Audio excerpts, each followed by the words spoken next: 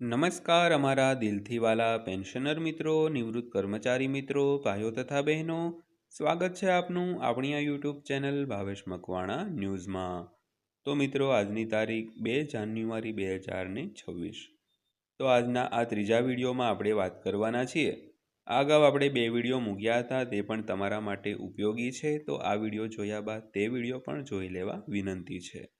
તો આજના વિડીયોમાં વાત કરવાના છીએ પેન્શનરો અને નિવૃત્ત કર્મચારીઓને આ તારીખે ખાતામાં જમા થશે આટલું વધારાનું પેન્શન। તો કારણ જાણો આ વિડીયોમાં। તો હજી 20 મિનિટ પહેલાં આવ્યા છે આ મોટા ખુશખબર, તો વિડીયોમાં અંત સુધી બન્યા રહેજો, એટલે બધી જ માહિતી તમને વ્યવસ્થિત રીતે સમજાઈ જશે। તો શરૂ કરીએ આજનો આ વિડીયો। તો સૌથી પહેલાં વાત કરીએ તો કેન્દ્ર સરકારના કર્મચારીઓમાં 8મા પગાર પંચ અંગે ચર્ચાઓ તેજ બની રહી છે। તો સરકાર ટૂંક સમયમાં 8મા પગાર પંચનો અમલ કરવા પણ જઈ રહી છે। તો આ પગાર પંચ હેઠળ કર્મચારીઓના પગારમાં નોંધપાત્ર વધારો થવાની શક્યતા છે। તો આ સમાચાર દ્વારા જાણીશું કે 8મા પગાર પંચ હેઠળ કેટલો પગાર વધારો થવાની અપેક્ષા છે। તો 7મા પગાર પંચનો કાર્યકાળ હવે સમાપ્ત થઈ ગયો છે। તો 8મા પગાર પંચનો કાર્યકાળ પણ ટૂંક સમયમાં સમાપ્ત થવાનો છે અને 8મું પગાર પંચ 1 જાન્યુઆરી 2026થી અમલમાં આવશે।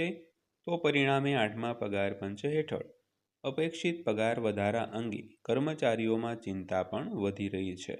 તો ચાલો આ વિગતો જોઈએ। તો સરકારે 1 જાન્યુઆરી 2026થી 8મું પગાર પંચ લાગુ કર્યું છે। આનો અર્થ એ થયો કે પગાર વધારો આજથી લાગુ કરવામાં આવશે। જોકે આ વાતની હજુ સુધી સત્તાવાર પુષ્ટિ કરવામાં આવી નથી। જોકે એવું પણ કહેવામાં આવી રહ્યું છે કે 31 ડિસેમ્બર 2025ના રોજ 7મા પગાર પંચની સમયમર્યાદા પૂરી થયા પછી આ લાગુ કરવામાં આવશે।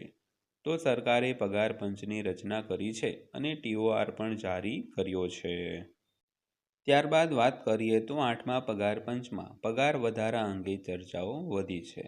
તો વધુમાં 8મા પગાર પંચ હેઠળ પગાર વધારા અંગે ચર્ચાઓ વેગ પકડી રહી છે।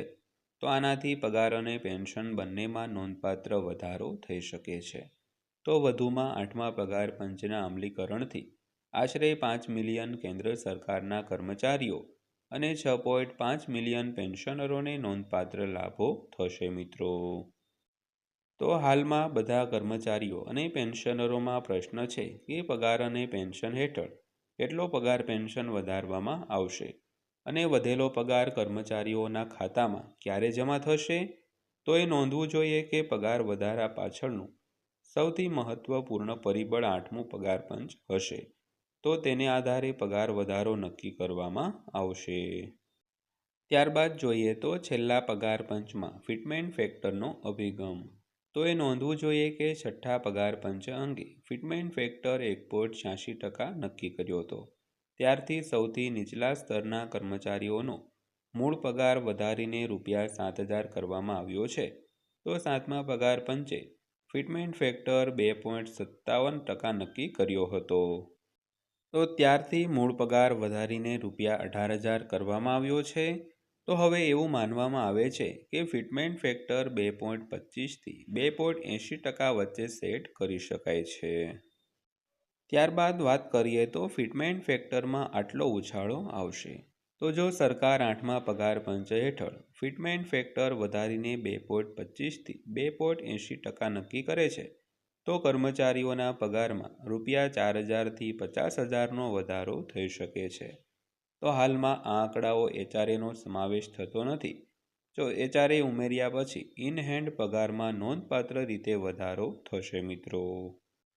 તો હવે કર્મચારીઓના મનમાં આ પ્રશ્ન ઊભો થયો છે। તો વધુમાં કર્મચારીઓના મનમાં બીજો પ્રશ્ન એ છે કે શું આમાં DA ઉમેરવામાં આવશે।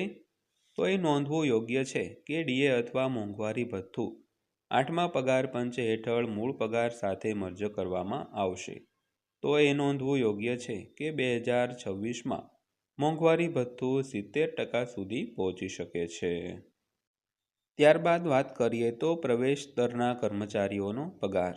તો એ નોંધવું જોઈએ કે લેવલ 1 એ એન્ટ્રી લેવલ કર્મચારીઓ માટે છે।